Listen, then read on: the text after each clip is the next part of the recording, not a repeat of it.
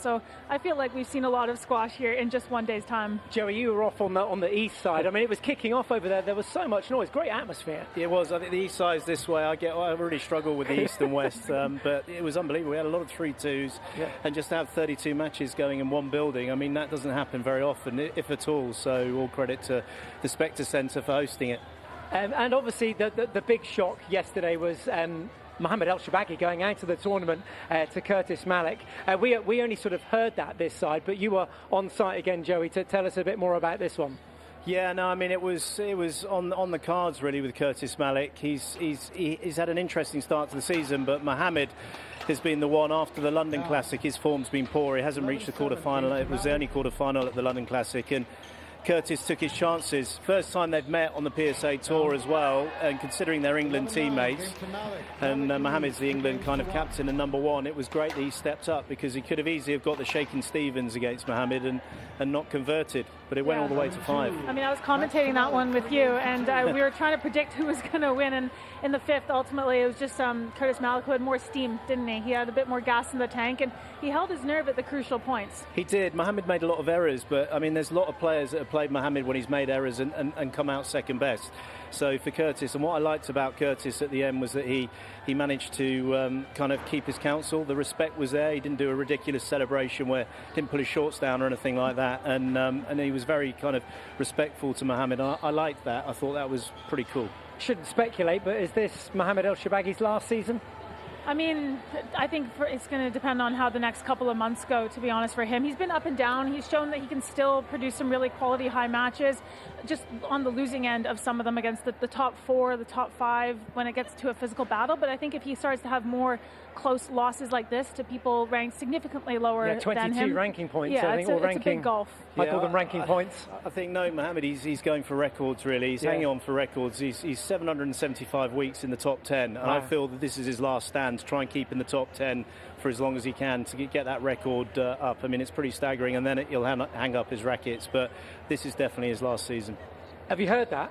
Pardon? Have you heard that? I'm not telling you. It just sounds like you did. I just said no. It seems like you've got more intel. I mean, you're really close to him and the family, and we're sort of part of getting him over to the UK. So, I mean, you've got your finger on the pulse. Yeah, is it happening? I mean, I don't think I think this is going to be his last season. He's not going to want it as much as he wants to do records. He's not going to be turning up at tournaments, losing first, second rounds, and being happy with that. What other records does he have to break? I mean, there's the match record, I guess, but he's... he's got that. Most appearances, he's already got that one, I think, on the men's side of the tour, at least. Yeah, exactly. So, I mean, yeah. So you're retiring him as well? Yeah. Well, we've got... These are the lengths... Sorry, I just got to interrupt you here. These are the lengths... sorry, I just actually was going to go to another thing, but I'm going to steer it back to this. Okay. No, but I think when you look at Mohammed, I mean, like, how many years has he actually been playing at this level? Since he was, like, 15, 16? Yeah, no, 100%. I mean, it's unbelievable. I mean, it seems like 60 years, but what he's done is incredible, and it's that balance, isn't it, about bowing out. Ali Farag bowed out right at the top of the tree, and it was a bit of a shock retirement. But, Mohammed is a serious character, and he has a presence even when he's losing early on, but I just don't think he's going to keep wanting to travel to tournaments and doing that. No.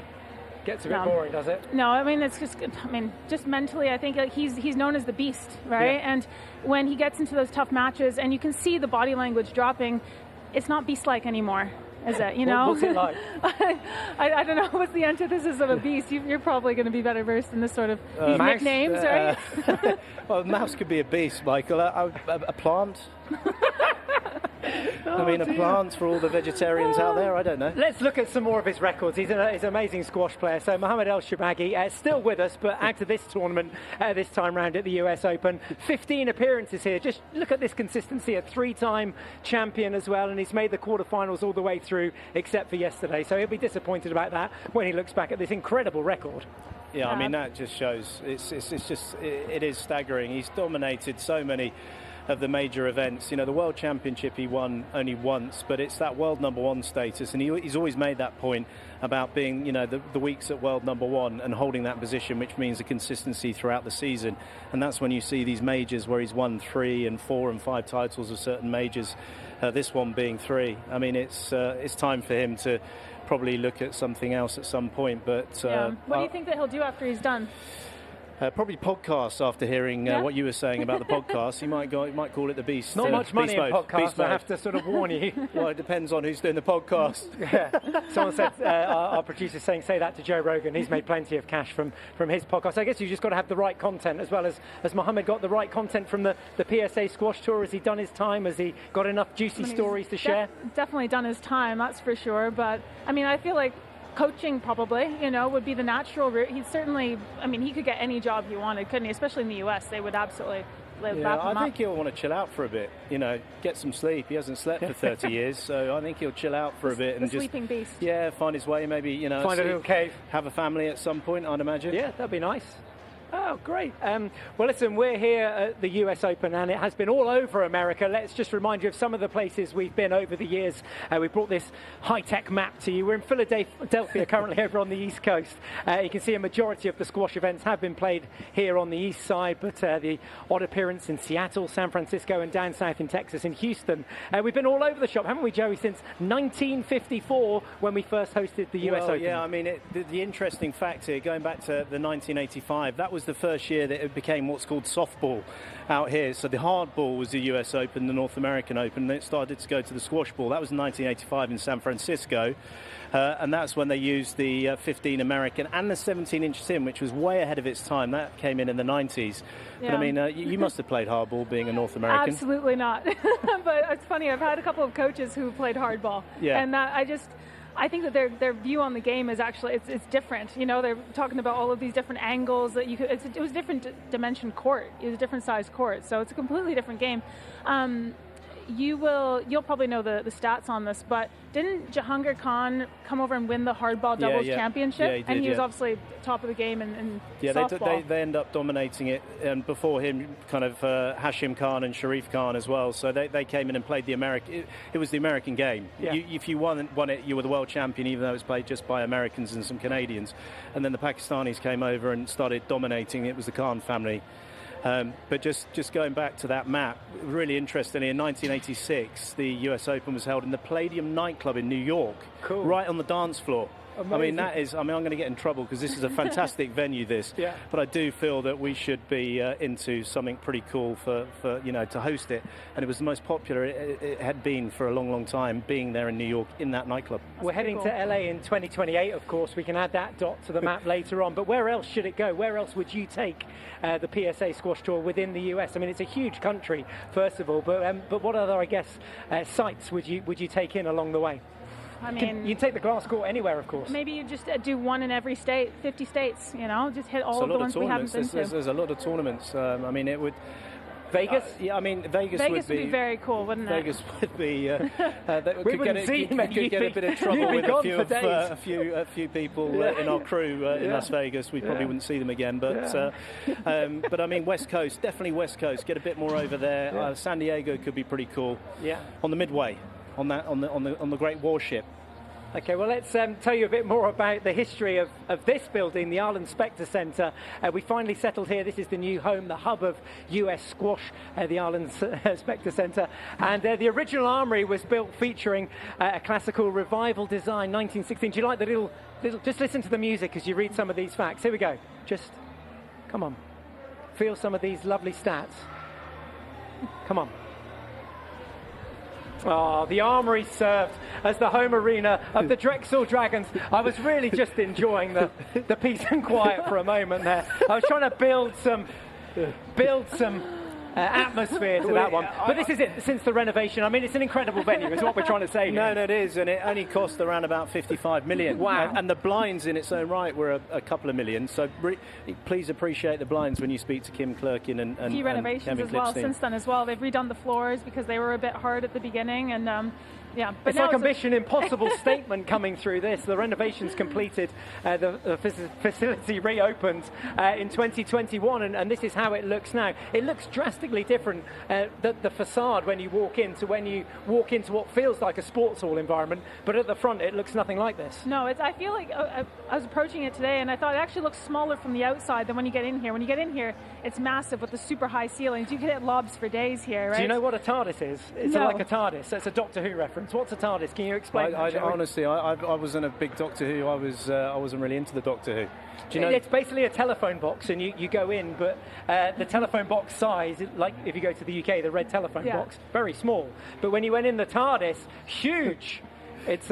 But it's like the same shape as a telephone box. I've been told it's a police box. I'm sorry, we've got some Doctor Who nerds in the house and correcting me there. I thought you were a Doctor Who I thought it was fan. a telephone box. In fact, you would have been a good Doctor Who. Well, you can't fit many policemen in that police box, can you? You would have been a really good Doctor Who. In fact, you should. That should be There's something still to look time. at. There is still time. You get the concept, though. It's bigger on the inside than it is on the outside. I do understand the concept. I do. Yeah. I'm going to have to go brush up on some pop culture. And some very freaky music. Bum, bum, bum, bum, bum, bum, bum. That's what really should have been played, I'll tell you what, you don't want to... we'll start going into the Daleks as well, because there's a few Daleks on the PSA. Do you know what a Dalek is? Okay, we just need to stop asking me questions about Let's take it back anything not related to squash.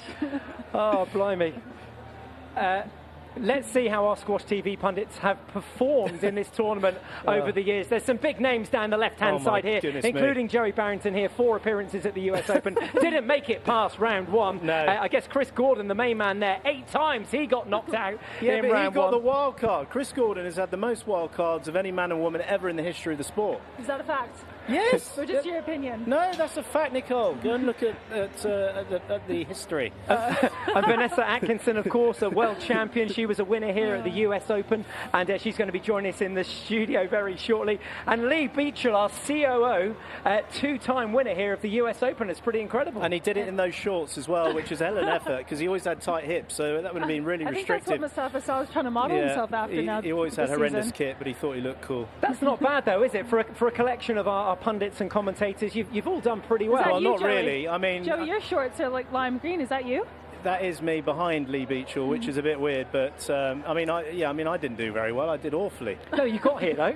I did get here, and you had to be of a certain ranking to get here. But I was always jet lagged. I would have done a lot better if it was in the nightclub, the Palladium nightclub. I'd have definitely risen to the occasion there and maybe got past round 2. Now, Nicole, you've been very busy this morning. You caught up with a former champion here, none other than Superman Paul Coll. Paul, congrats on winning Qatar a couple weeks ago. Talk us through how you bounced back after a pretty shock defeat just a couple weeks prior to that at the Egyptian Open.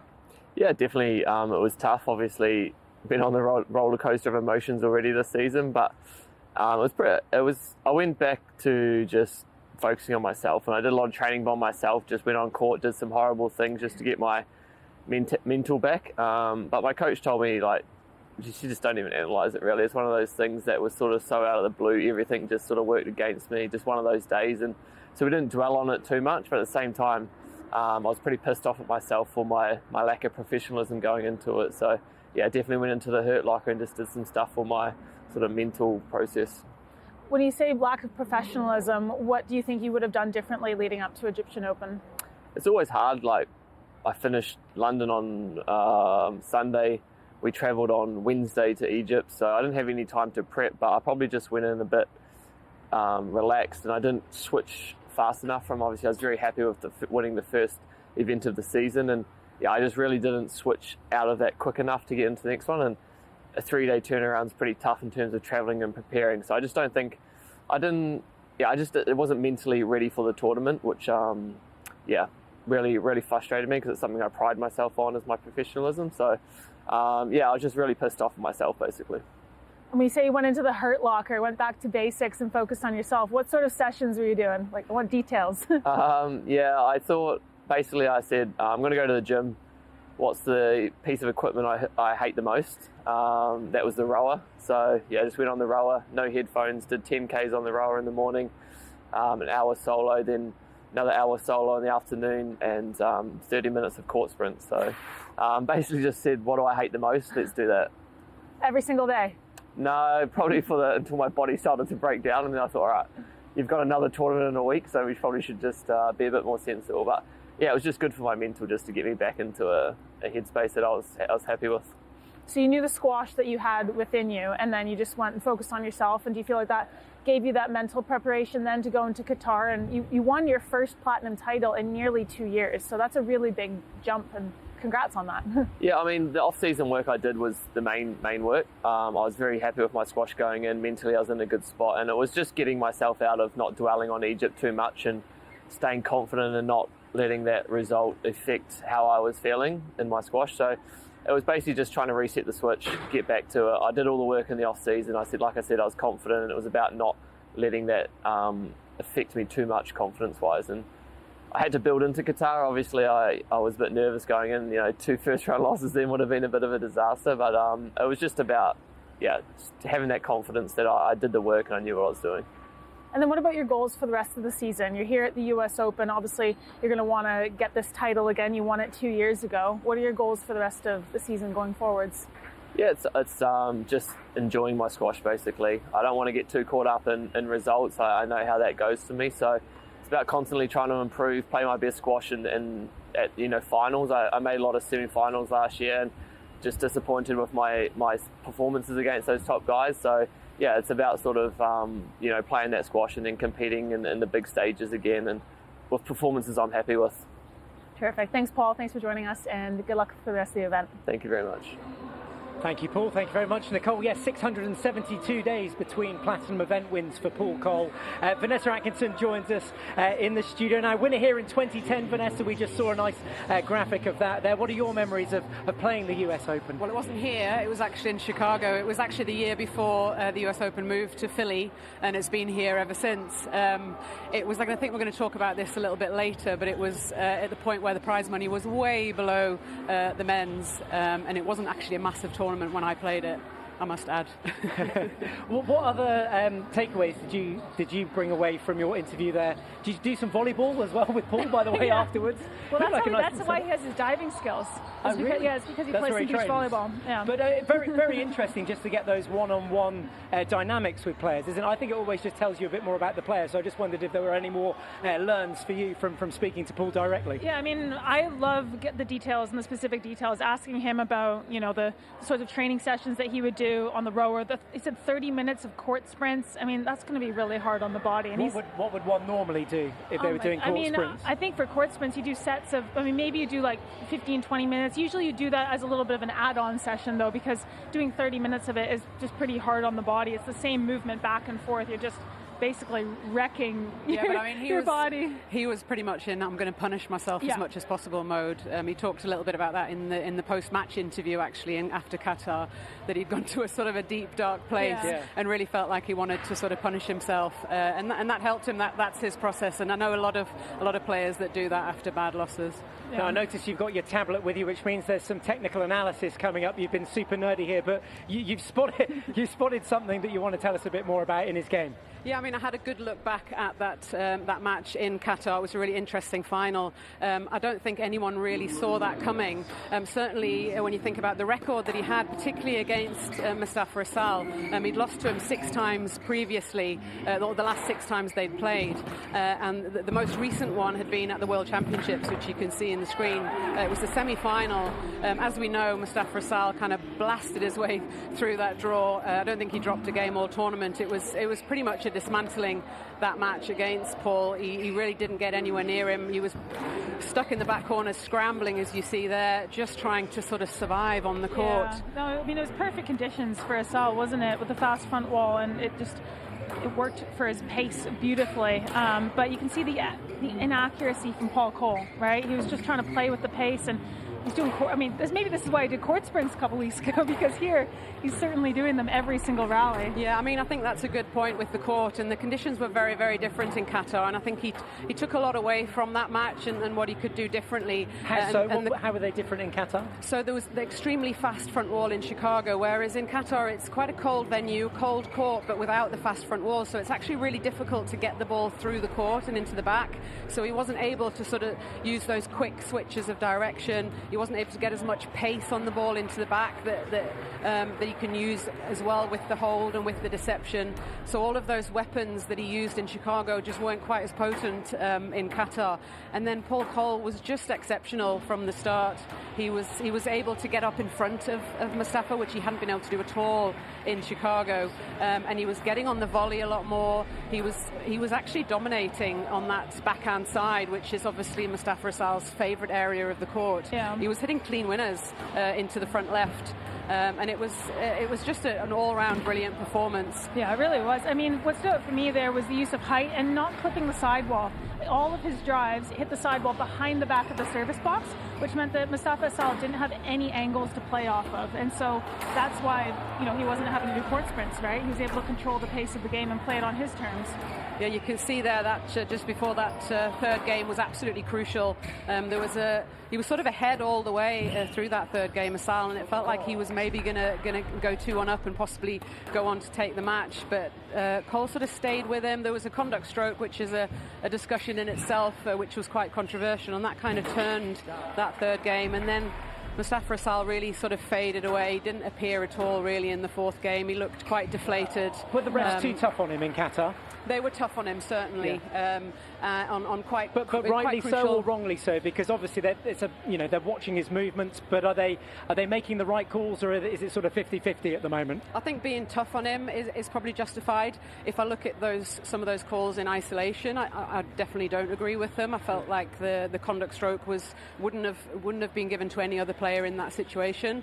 But as we've said before, you can't forget what's gone before, and he does take that into every match, and that is possibly justified. What do you think about yesterday in the studio? We were talking about refs coming in already with an agenda basically against a player. And I think Asal is probably one of the biggest players that that he has this cloud over his head for the refs before he even steps on court. Well, that's the job ahead now for himself and for James to try and get rid of that, to try and turn the view that people on the outside have of him, but also the referees, and they do come in with those preconceived notions. Do you think that's fair? I don't think it's always fair, but I do. Do you think that they should come in like thinking, okay, this is a brand new person, or do you think I think it's virtually impossible for them to be completely objective. I think there is a massive microscope on every single move he makes in a way that other players don't have to deal with, and that means that sometimes I feel like the calls are too harsh and unfair. But I can also see why that's happened, and that is down to him to turn that back in his favour. That's slightly unsettling, though. I'm just putting myself in Mustafa Asal's head there, and you feel like you're not getting the rub of the green, or that maybe you're being penalised unnecessarily. That is deflating, and then that's very hard in the middle of a game against an expert player like Paul Coll to rally yourself and not get frustrated. Yeah, and I haven't seen him affected in that way before, actually, the way he was in Qatar. He really did disappear in that fourth game. He sort of looked like he didn't really know what to do. We don't want that, do we? We don't want players going into their shell. No, but that's his job now to sort that out, and to try and get the refs to see all of the good work that he's putting in, and that he's not going on court trying to get in the way and to make dodgy movements and to cheat, which is what he's been called a lot of times. And I think he can do that, and I think he does really want to do that, and that's important. It's tricky, isn't it? Go on. I'm sorry, I just got to pause you here. I just want to say, this is actually about you. These are the great lengths that our presenter here, Michael Absalom, will go to promote the sport of squash. Check that out. Michael, when did you get up to this?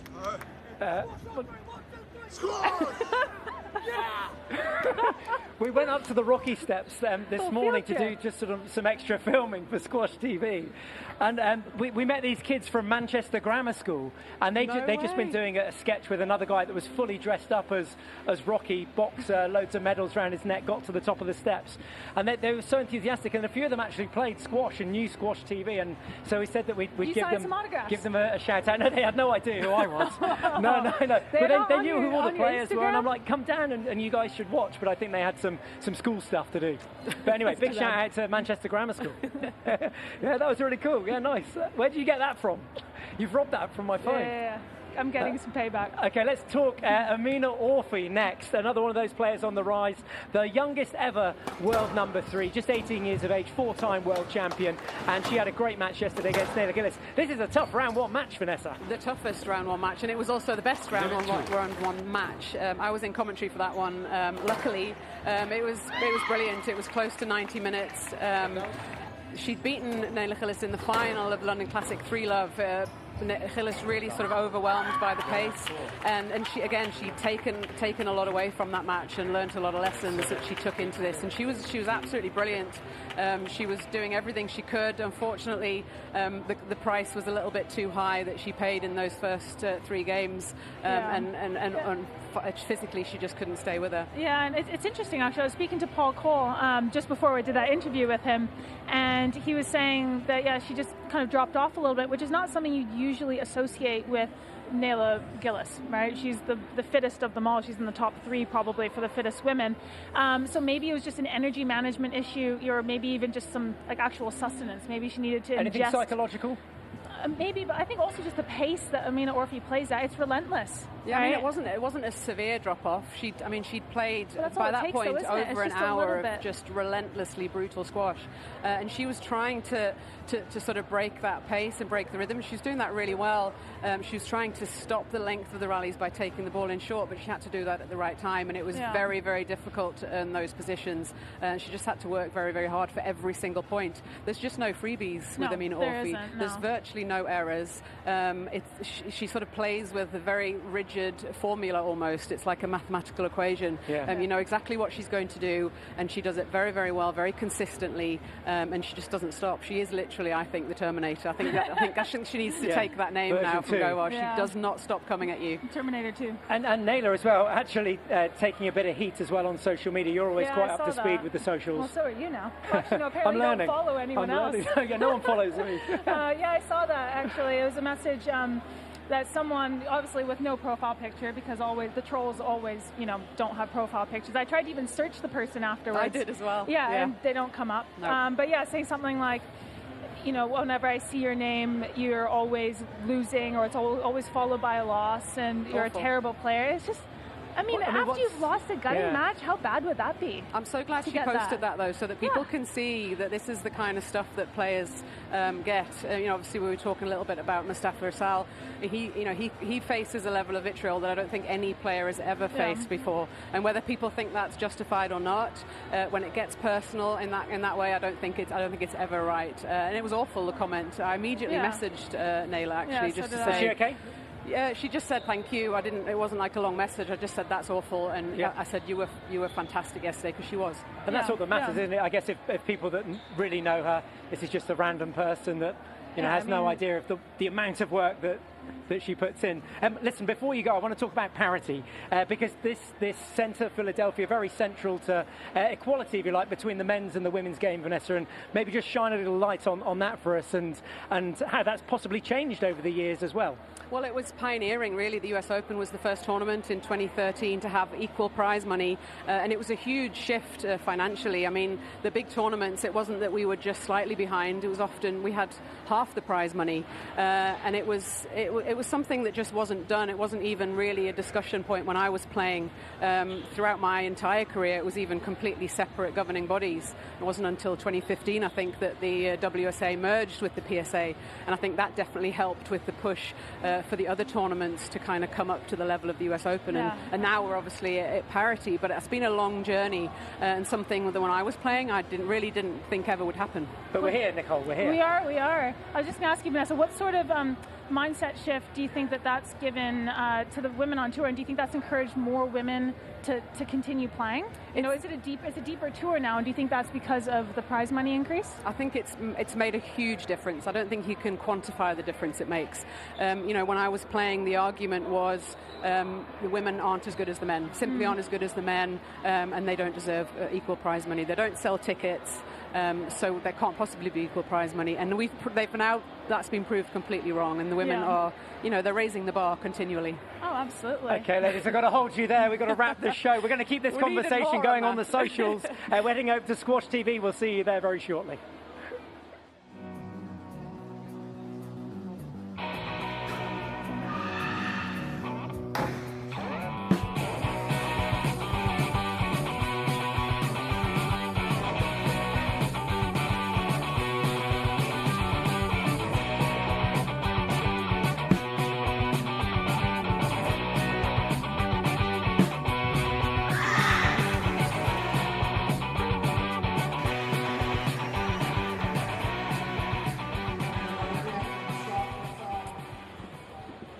Good afternoon. Day 2, round 2 of the Comcast Business US Open 2025, coming to you live from Philadelphia. We're here between the 19th and the 25th of October. It is a platinum event on the PSA Squash Tour. Good to be back stateside. Nicole Bunyan is joining us here in the studio. We've had a fantastic pre-show. If you missed that, make sure you catch it tomorrow on our YouTube channel. But let's talk about the games ahead today, Nicole. Another exciting day ahead here on Day 2. Yeah, it is. I'm really excited to watch Olivia Weaver and Joel Macon. They're both on early doors here. Olivia Weaver is going to have the home crowd all week, but I think especially for her coming through in very convincing fashion against Farida Muhammad yesterday, it's a good way to kind of get the cobwebs out, the little cobwebs that have accumulated between her win at San Francisco last